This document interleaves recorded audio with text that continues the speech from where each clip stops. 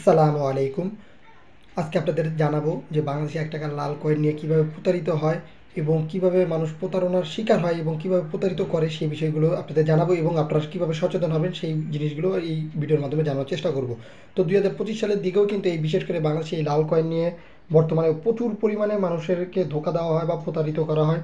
বর্তমানে যে দেশের পরিস্থিতি সেই পরিস্থিতি অনুযায়ী প্রত্যেকটি জিনিসের উপরেই যেমন প্রতারিত করা হচ্ছে তেমনি নোট কয়েনের বিষয়েও মানুষকে প্রতারিত করছে একটি চক্র।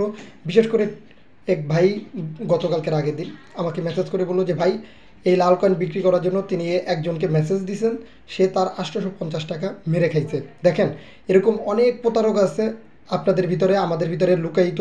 তারা কি করে, বিভিন্ন গ্রুপে জয়েন হয়, বিভিন্ন পেজের সাথে জয়েন হয়ে তারা বলে যে আমরা এইগুলো কিনে নিব, আগে এত টাকা পে করেন। তার কাছে ৮৫০ টাকা চাইছে বা ৮৫০ টাকা চাইছে যে এগুলো যদি বেশি টাকা বিক্রি করতে চান, ১০০০ টাকা বা লাখ টাকা, তাহলে এত টাকা পে করতে হবে, তাহলে আমরা এই জিনিসগুলো নিব। ভাই আপনারা একটু সচেতন হবেন। আপনাদের এখনও বলতেছি, এগুলোর মূল্য লাখ বা কোটি টাকা না, কিন্তু আপনারা এগুলো যদি বেশি টাকা বিক্রি করতে চান তাহলে অবশ্যই ট্রাই করতে পারেন। বিভিন্ন ওয়েবসাইট রয়েছে, বিভিন্ন মাধ্যম রয়েছে, আমরা ভিডিওতে প্রতিনিয়ত বলে থাকি, সামনে আবারও বলবো। আপনারা সেগুলো দেখেন, সেই অনুযায়ী কাজ করেন, ইনশাল্লাহ এগুলো বিক্রি করতে পারবেন। কিন্তু অনেকেই যারা তাড়াহুড়ো করতে যেয়ে বা লাখ টাকা কোটি টাকা বিক্রি করতে যেয়ে বিভিন্ন মানুষের কাছে কিন্তু এইভাবেই প্রতারিত হচ্ছে এবং আগামীতেও হতে পারেন।